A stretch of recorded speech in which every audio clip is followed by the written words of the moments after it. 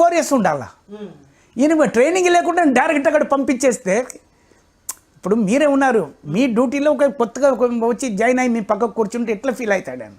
Okay, దేశంలో భద్రత వ్యవస్థ, సైనిక వ్యవస్థ ఇంకా బలంగా తయారు కావాలంటే ఏం చేయాలి అసలు? ఇది ఇంకా బలంగా తయారు ముందు ఏమున్నాయో ఆర్మీది కన్స్ట్రక్టివ్ అడ్మినిస్ట్రేషన్ ముందు ఏమున్నాయో అది వీళ్ళు కంటిన్యూ చేసుకొని వాళ్ళ మీద వదిలిస్తే చాలు. అది ఫర్ ఎగ్జాంపుల్ మీరు మీ మీడియాలో ఉన్నారు, మీ దీంట్లో నేను బయట కూర్చొని మీరు ఇట్లా చేయాలా, మీరు ఎట్లా ఇంటర్వ్యూ తీయాలా, ఇట్లా ఇంటర్వ్యూ తీయాలంటే ఏం చేయగలుగుతారు మీరు? ఈయన ఏం చేసిందంటే వీళ్ళకి ఎవరెవరు ఇష్టం ఉన్నది వాళ్ళకి ప్రమోషన్ ఇచ్చి వాళ్ళని chief of the defence staff అని చేసుకున్నాడు. Chief of the defence staff ఇప్పుడు ఎవరు ఉన్నారంటే లెఫ్టినెంట్ జనరల్ క్యాడర్లో, జనరల్ క్యాడర్ కూడా కాదు, లెఫ్టినెంట్ జనరల్ క్యాడర్లో ఆయన ఇంటికి పోయిండు. ఆయనని తీసుకొచ్చి chief of the defence staff అని. Chief of the defence staff అంటే ఎయిర్ ఫోర్స్, నేవీ, ఆర్మీ వీళ్ళ ముగ్గురు మీద వాళ్ళ చీఫ్ ఆయన ఆర్మీలోనే లాస్ట్ ర్యాంక్ వరకు పోలేదు.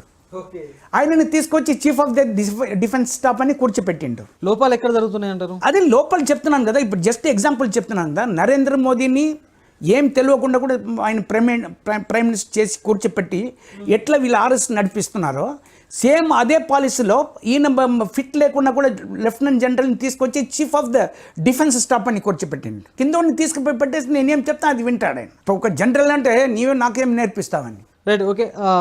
జాతీయ భద్రతా వ్యవహారంలో జాతీయ ఇంటెలిజెన్స్ ఏ విధంగా పనిచేస్తుందంటే ఏం చెప్తారు? సో ఇంటెలిజెన్స్ నేను చెప్పిన టోటల్ ఫెయిలియర్ అయిపోయింది కదా ఇంటెలిజెన్స్. ఎందుకంటే వీళ్ళకు ఆ ఒక ఉద్దేశం లేదు. వీళ్ళది ఒకటి ఏమంటే మొత్తం దేశాన్ని మేము నడిపియాలా, మేము ఏం చెప్పాలన్నా అది మీరు వినాలా.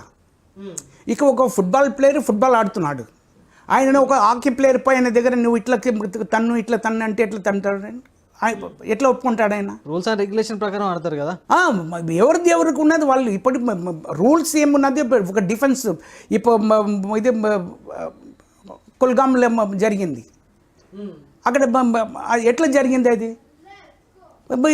ఇది లేదు, సెక్యూరిటీ ఇంటెలిజెన్స్ లేదు, ఇంటెలిజెన్స్ నెగ్లిజెన్సీ, ఇంటెలిజెన్స్ లేదు. ఇంటెలిజెన్స్ ఎందుకు లేదంటే వీళ్ళకు ఆలోచన అది ఉండదు. అక్కడి నుంచి ఎట్లా ఒకవేళ చనిపోతే మనకు పొలిటికల్గా మనం ఎట్లా బెనిఫిట్ అవుతాం, ప్రాణం పోతే పర్వాలేదు ఆ పేరు చెప్పుకొని ఇక్కడ ఎలక్షన్లో వస్తారు వీళ్ళు. అక్కడి నుంచి వచ్చింటే ఈయన చంపించిన మన భారతదేశం జనాన్ని చంపించేసిండ్రు. వదిలినాం అందు గురించి చంపిండు కదా ఆయన. ఉగ్రవాదులు హిందువులు ముస్లిమ్స్ అంట.